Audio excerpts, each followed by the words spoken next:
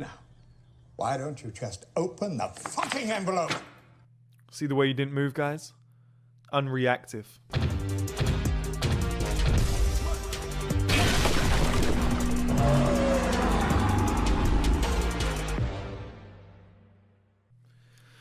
Hello guys, and welcome back to another body language analysis video. In this video we're going to be analysing Tom Hardy's body language. I've chosen 3 clips which I think best do this.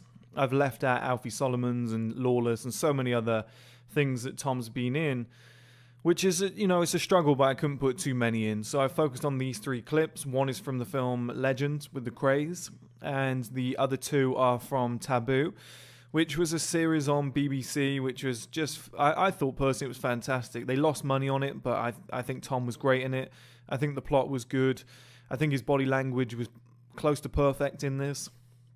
And that was the reason why I really wanted to promote this to you guys. And if you haven't watched it, I do recommend that you go and watch it. But we're going to break down what makes Tom so appealing to so many men and women, considering especially that the guy stands at 5'9", which is, is pretty average height, but so many people think he's taller than that. They think he's like 5'11", 6 foot, because he is so dominant. And I definitely think his mannerisms, his mentality, and his body language is to show for that. So let's get this underway, guys. Mr. Delaney, as a British subject, you owe a debt of loyalty to your king. So you can see here somebody's shouting at him or being quite full on with him, and they're saying you owe a debt of gratitude. And his mentality here is I don't owe anything. He's just holding strong eye contact. He made that frowning look as to say, really, do I? And he's very unreactive towards this. And country. The way he looks away and kind of ignores him. He doesn't have respect for this guy. He's sort of saying, this shows more the mindset of James Delaney and Tom Hardy here, of saying, look, I don't owe a debt of gratitude to anybody. I'm my own man. I do what I want to do. You don't own me. I think that's very important. And I think mentality guides body language. I think whatever mental state you're in, your body language will follow suit. If patriotism is not in your motivation, perhaps money can be. So here, the way that he holds his eye contact. Okay, so they're slamming money on the table and they're saying, look, you can be bought, sort of thing. And the way he's just not looking at it, staring at them, just saying, look, I can't be bought, fuck you, sort of thing. That's a bold move. Unexpected return. We had agreed a figure with your half-sister. Anybody who's wondering, that guy in the background, he knows him from a previous episode. I think he saw him in a brothel. Her husband drove a particularly hard bargain. Sorry, no, Nook Sound is not for sale. Open the envelope. Are you deaf? I love that scene. That's probably my favorite part. There's a couple of things here, okay? So like I said, he didn't want the money. He said it's not for sale, and he already made the strong eye contact, didn't look at the money, showed that he couldn't be bought. And then when the guy goes back and says, open the envelope, as to say, it's money that you've never seen before. And to put it into context, this is the East India Trading Company. So these were real people. And they had a lot of money and a lot of influence, and they could buy anybody. They had all the control, and James just isn't intimidated. And this is why mentality is so important to body language. Just not conforming to anybody, not acquiescing to somebody because they have more power over you. Like, obviously you don't want to get fired at your job, but don't take shit from people who are supposed to, in society, supposed to own you. So police officers, so your boss at work, people like this, don't take shit from anybody. And the way he just comes back, like he makes the strong eye contact, he held it for a couple of seconds, and then he comes out with, are you deaf? Which I think is a fantastic response. It's very short and sweet. He didn't have to explain. He just said, are you deaf? As in, look, I'm running this conversation. If you're not going to take my commands and orders to begin with, then are you deaf? Are you stupid? I think that's very dominant. Are you deaf? Oh, Mr. Delaney. Mr. Delaney, perhaps. The Leviathan of the seas. And now he's interrupting them, so he's taking control of the conversation. Is it the terrible shadow? The beast with a million eyes? And while he's talking here, look at this strong eye contact. Just zoom straight in on the guy that he's talking to, and he's actually talking down to the guy because he's saying negative things about him. He's confronting him, and to hold strong eye contact in a moment like that is very, very brave. Eyes and a million ears. Conquest. Rape. Plunder. I studied your methods in your school. And I do know the evil that you do because I was once part of it.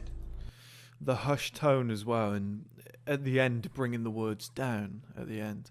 I've told you guys about that before, but it's fantastic the way that Tom does that. He does it as Alfie Solomons too, and his voice is so appealing when it comes to anything that he's in. He doesn't overact, if that makes sense. He kind of acts within himself. He has that bad boy persona. The way he uses his deep tonality is quite husky as well. He uses that massively to his advantage. And the way he's using it here, and just, you know, there's a room of 4 or 5 people, but he's talking at this one man. Okay, so he's not worried about anybody else listening. He's talking at this one guy. Strong eye contact, normal tonality. He interrupted that guy. You know, his focus is purely on this man, and it's to do it in an intimidating fashion.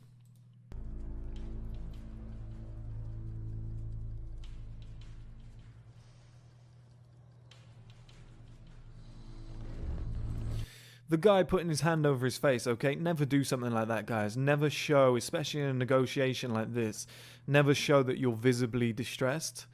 You know, you can tell a lot by somebody's feet, because I told you guys before, our feet are furthest away from our brains. So if we start moving your feet around and stuff, and you're trying to act calm, but maybe you're tapping a foot, it gives away way more than you'd like to give away. In a negotiation, like, I've seen people before, like, you'll be looking around a house and people will be like, oh my God, that's cheap. Shush. Quiet. Don't say that. We can get a cheaper price if we say it's not very good. But, you know, so just don't show your emotions. Don't show what you think about something. There's a scene in War Dogs, actually, where they quote them on a very, very low price on the ammunition. And they're just completely unreactive, and they lean over and have a chat. And he's like, oh, no, like, this is the cheapest price we're ever going to get. I'm just trying not to laugh. Like, let's just pretend we're talking about something important. Where do you want to go for dinner tonight? You know, because they know that if they started jumping around and saying, yeah, then that price might double by the time they shake hands. Are you sure you won't take a brandy? Yes. Very quick response there, yes. Very firm, very assertive.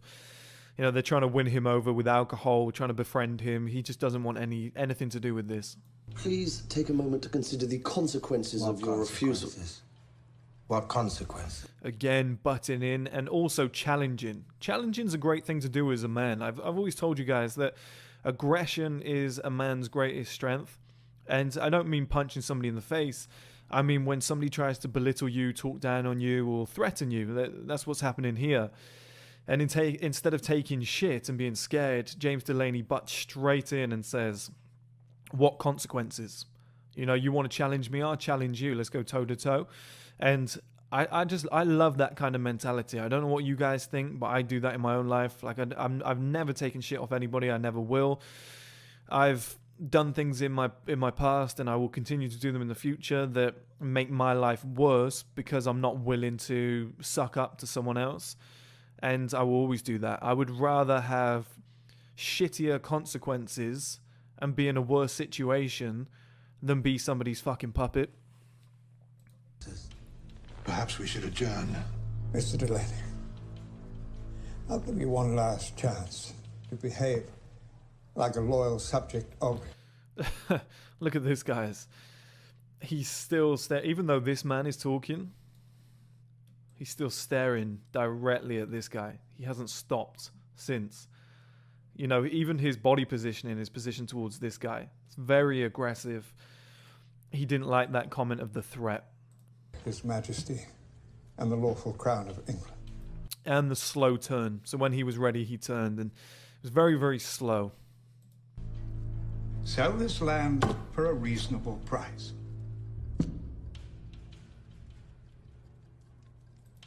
There's a long pause. He doesn't have to answer, so he's not.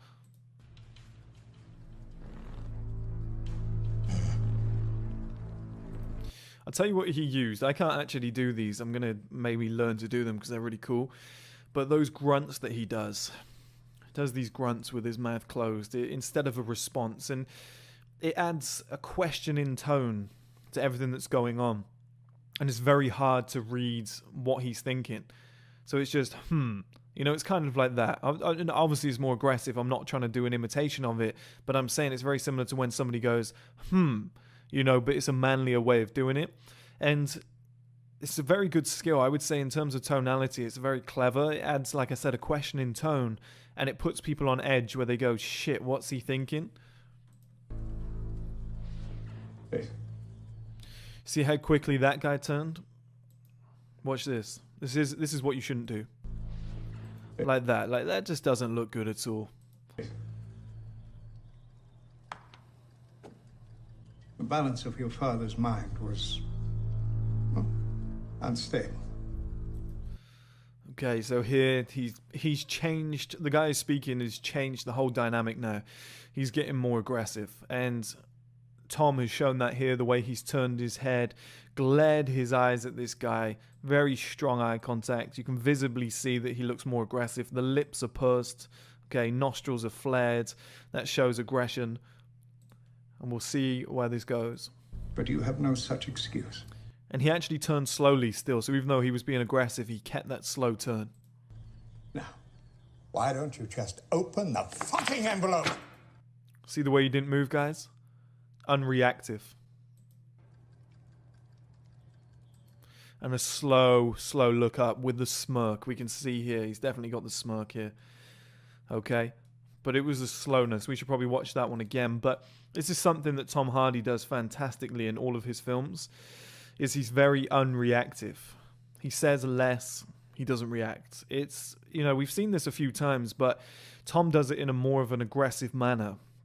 Like I would say, if James Bond does this or Tommy Shelby does this, I'm not thinking they're going to lash out.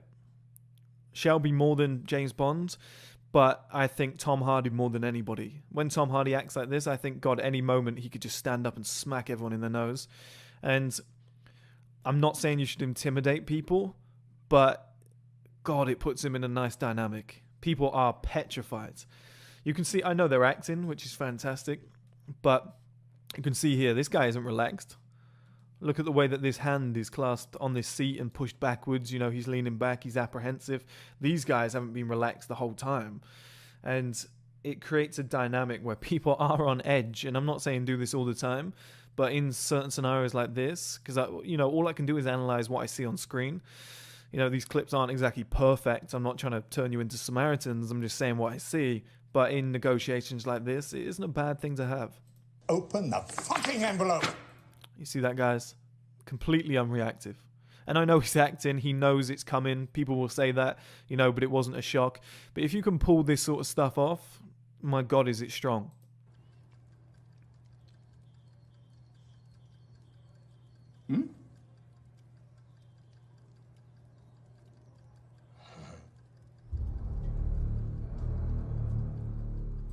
See how much not talking and not reacting puts people on edge?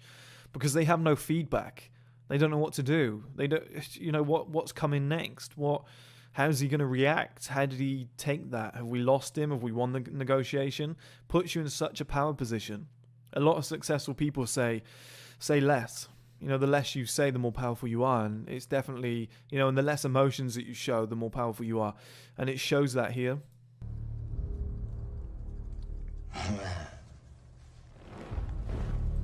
And he's got a little bit of the Ragnar crazy touch to him in this series.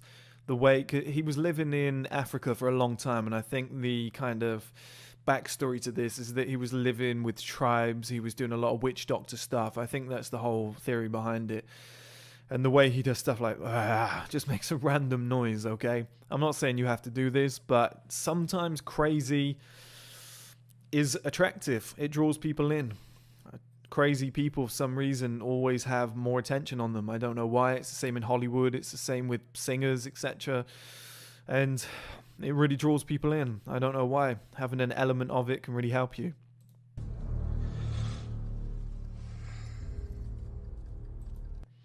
He stood up, he squared him on. It's more of a face-off, strong eye contact. He's looking straight at him. Good day. And just good day. So you got to think there, guys. In the last 60 seconds, he's had that envelope thrown at him. He said nothing other than a few grunts. He stood up, he looked him all in the eye, and he just said good day and just walked out. You know, it's very rare to see. Now let's move on to the next clip. Okay, just for variety purposes, we're going to go straight into the legend scene, and then the next one we'll go back to Taboo. But here is Reggie Cray meeting Francis for the first time. So we can already see by the way he walks, okay? Wide shoulder to a wide elbow. I know the hand's in the pocket, but one good look actually, guys, is one hand in the pocket and the other one out. For some reason it looks very, very good. Both look submissive, but one looks very confident and cool at the same time. But we can see here, there's a wide-legged, looks like a vagina. There's a wide-legged movement going on here. You know, the movement that I've shown you guys before where you walk with your legs outwards, okay? So we can see it there.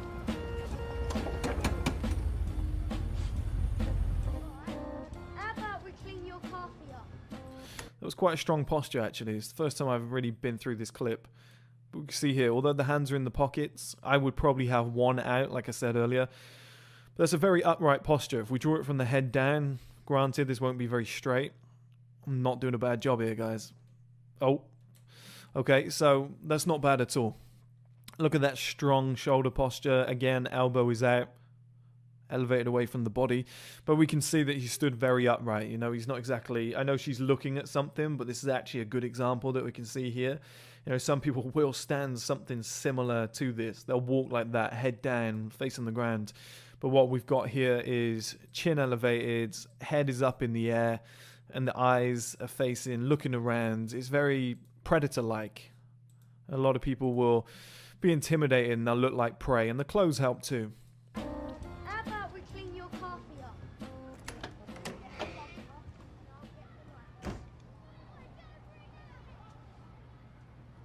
Frank, about So he didn't panic. When that door opened, he didn't expect her to be there, okay? Pretty girl, he's interested.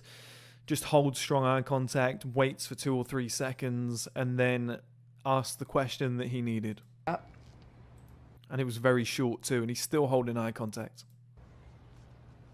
Frank!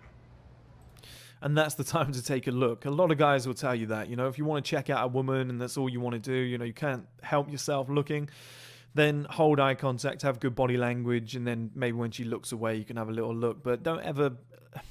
It's hard because James Bond actually does it and looks at a woman and lets her know that he's looking, but that's in more intimate settings when he knows the person, they're already close to each other. You know, there's 2 different ways you can do it. Some women will like it, some women won't. If you know them, they'll like it. I think if you're meeting them for the first time, it can look creepy. who are you? Francis. Frank's sister. Hang about, I recognise you, actually. I recognise you. You was a... There's the finger point. Like I said to you guys before, this is invading very slightly. This isn't a lot, but this is invading somebody's private space, moving it forward towards them. Okay, pointing. It's a very dominant move. It's teacher and student, as I've told you guys before. A little bit younger than you could run up. The other thing to notice too, I know he's just blinked, okay, but he's had his eyes fixed on her the entire time that he's talking, and they are mere feet from each other, maybe like 2 feet tops. It happens. Okay, so this part's very, very important. I think this is to symbolize the size difference for the film. Anybody who's a director out there, this is to symbolize kind of a dominant hierarchy, a power hierarchy. He's looking down on her. That's very symbolic. But when she stepped out here, watch this. He didn't move. Okay, I know so many guys, a lot of guys will say no, but so many men would take a step back there. As she stepped out, they would step back because they wouldn't be comfortable with this kind of distance in terms of personal space. They'd feel like it was too close. They would just slightly step that back, or maybe slightly shuffle, or, you know, maybe lean back slightly this way. Okay, a lot of people would do that. He doesn't move. He holds the contact the entire time.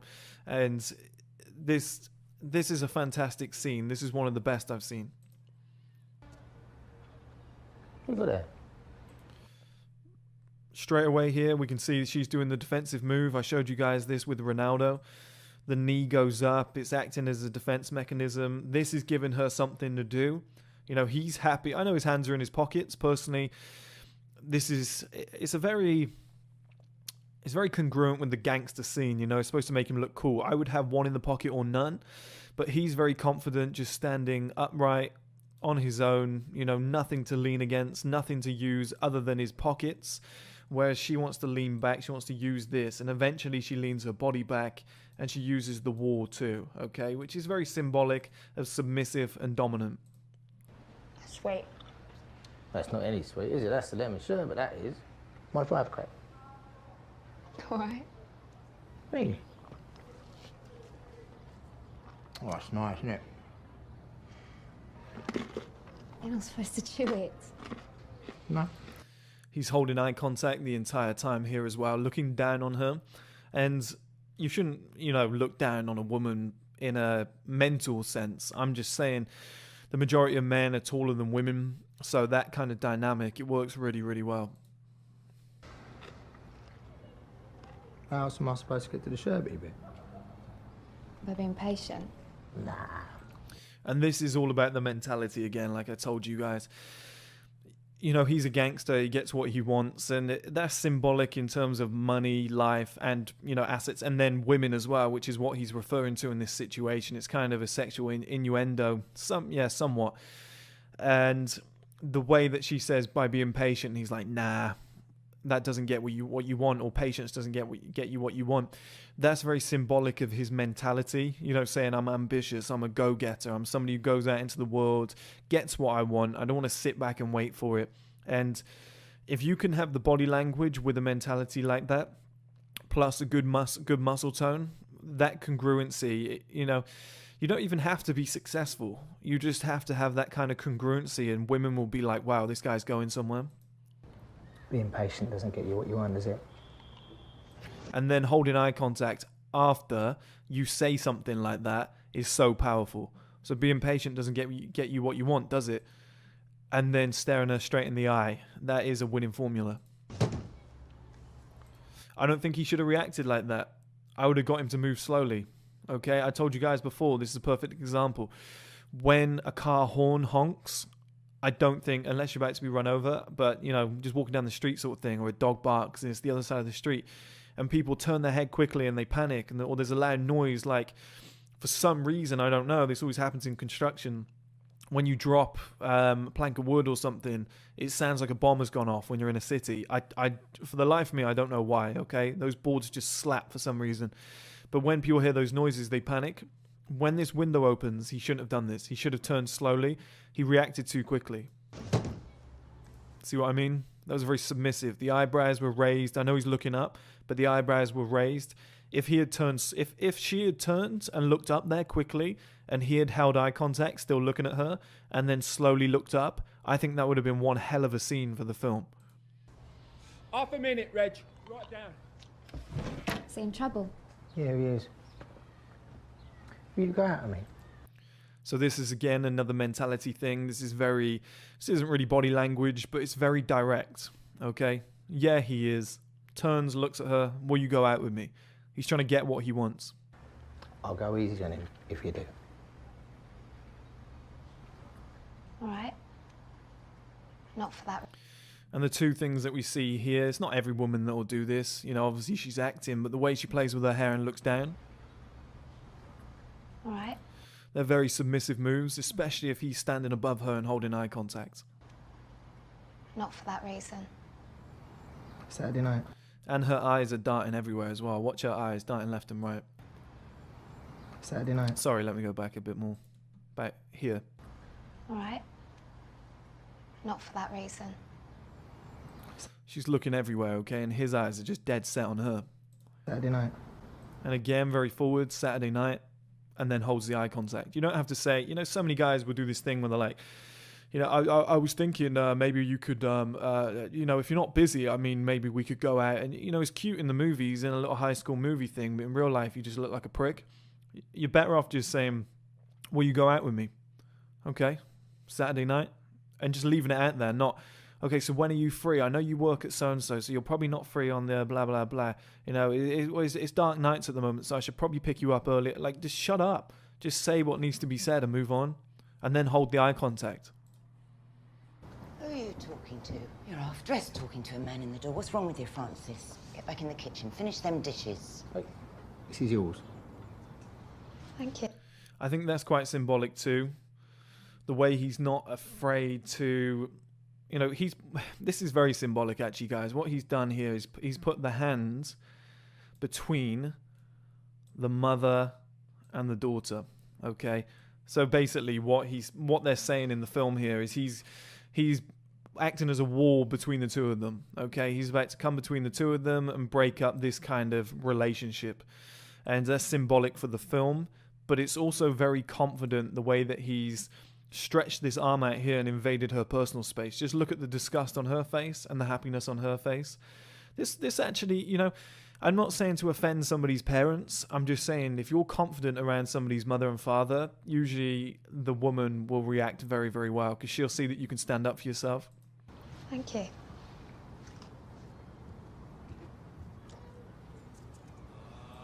And they're holding the eye contact with the mother, and it is a little bit cheeky, okay? And he didn't flinch when the door was slammed. Okay, so let's move on to the next clip. Oi! What are you doing with the door? You want to push you... Okay, so we can see right away here.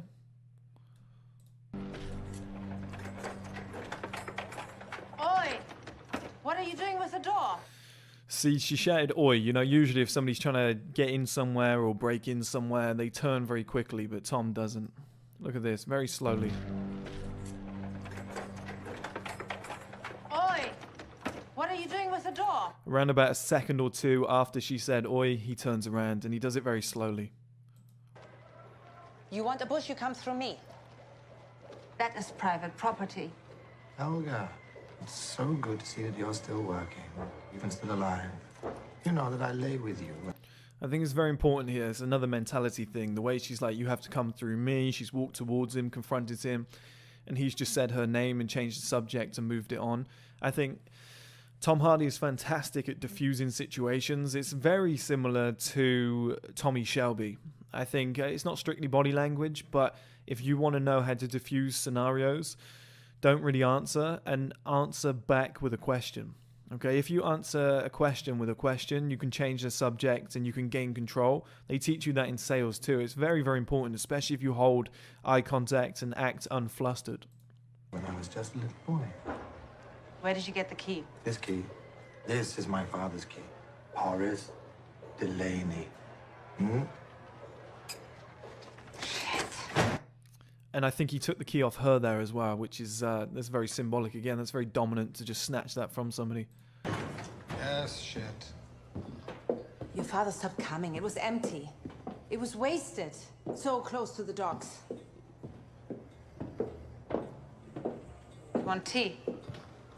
No, Do you want to fuck? no, I want my family offices.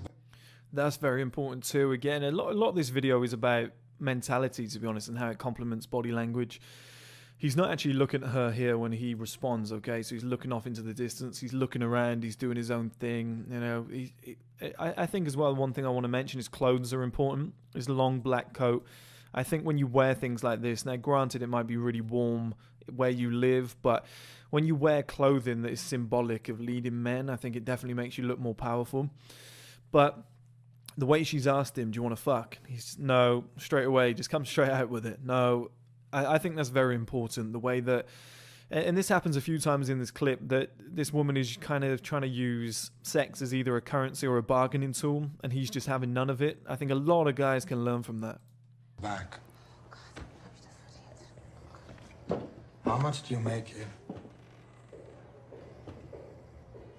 With the workers in the yard and the boats that moor at the wharf. We make £10 a day. I can give you 5 in whatever you like. Boys, girls, suck, fuck. You have 2 hours to get out. Again, he's ignored it. Okay, so she's tried to use that currency of sex again. And she's offered him boys, girls, whatever, you know, whatever you're into. And the way he just ignored it, he looked away, he asked another question or made another statement, stared her straight in the eye, and made it apparent as to why he was there. And so many more guys need to learn this. As long as you can have all the body language in place as well, the congruency, everything that I said before, but then add the mentality to it too. You know, this video is turning more into the mentality of Tom Hardy when he's acting these different characters. But I think it's so important because it will come out in your body language, it will come out in your mannerisms, the behaviors that you exhibit.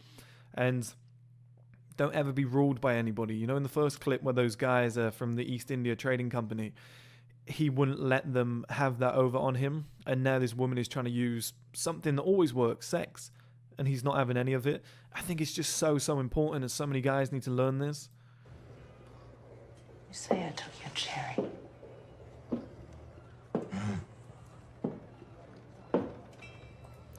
Again, when a woman walks towards you and moves in close, you see in so many different films where a guy might take a step back or turn in a different direction. If you just hold eye contact or carry on looking the way you were looking and just seem unfazed, especially when she's trying to put it on him here. That's what she's trying to do. She's testing him, and he hasn't taken a step back. He's unreactive. He's given another one of those grunts, which creates more confusion.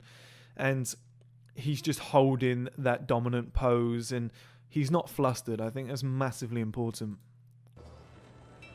Where have you been, little I mean, look how close she is, and he hasn't flinched. boy?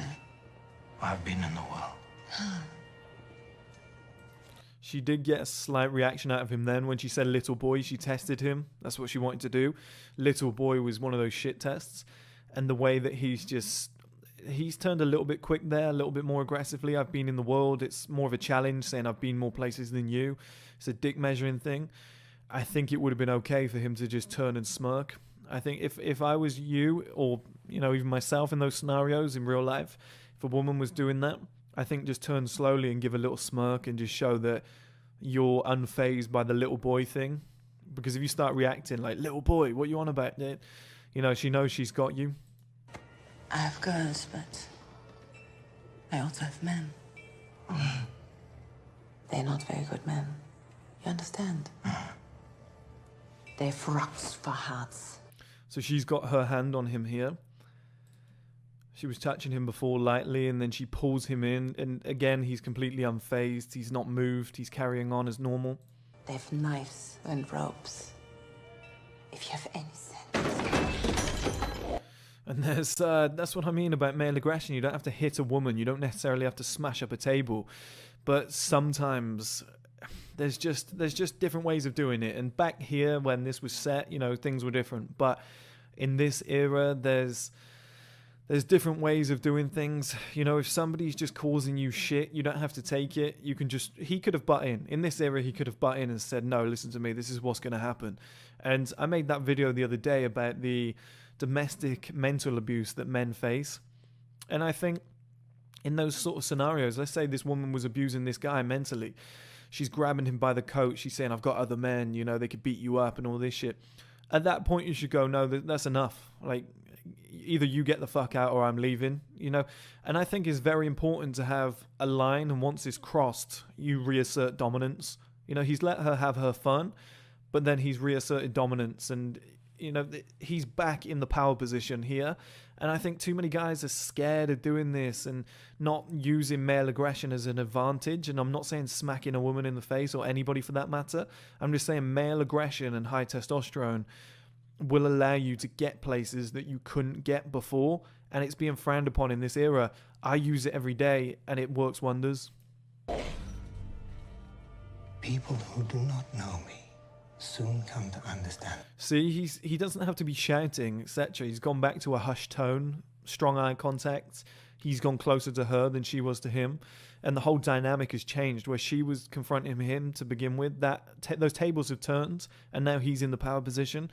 And it takes not necessarily kicking a table over or something, but maybe you just reassert your body language. So let's say you're stood side on and she's talking in your ear. You just turn, you just get one step closer and you just start talking a little bit deeper, a little bit firmer. The eye contact stiffens up a bit more. and you just say what you're thinking, and then, you know, you walk out. That kind of thing can reassert dominance. I do not have any sense. Now, please do not misunderstand the situation. You send me 12 men, I will return you 12 sets of testicles in a bag, and we can watch your little horse devour them together. And the little whisper that he's doing, I've told you guys about that before. When you whisper and you get close to somebody and you hold eye contact, they will listen to every single word that you're saying. It's a very, very powerful tool. Before I chop off your trotters and boil them.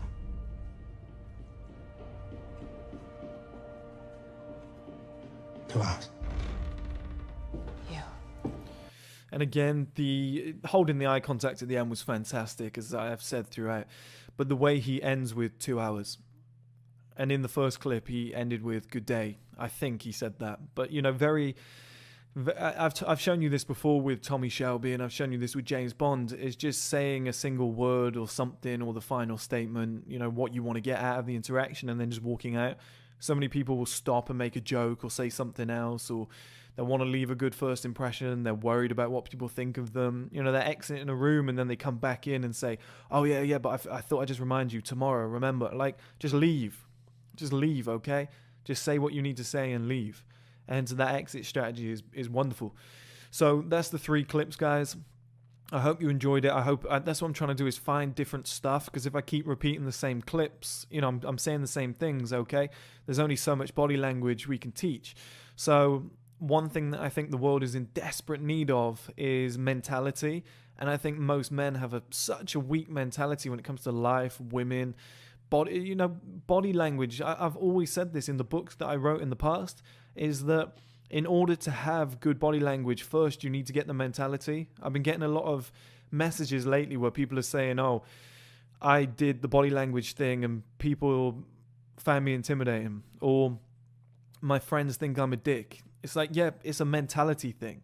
It's because not everybody can do it. You need a strong mentality in order to be able to act this way in the first place. You need to believe that this is the right way to act. So many guys will do these things and then feel like, oh, I don't know, I'm intimidating this person too much, or I didn't like the way that felt, that person was looking down at the floor, I don't like that power position. You need to get your mentality right first.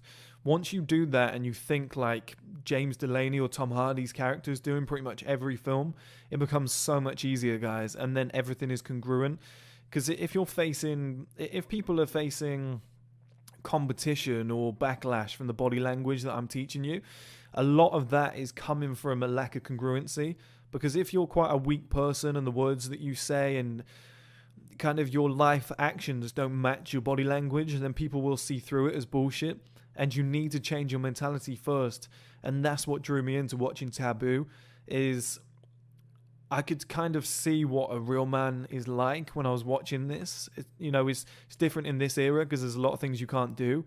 But the way that Tom Hardy moves, the way he speaks, the way that he doesn't take shit off anybody, I think if you employ that in your own life, your body language will fall into place and everything will come together. But as usual, guys, thank you for watching. Really, really appreciate it. And I'll speak to you all soon.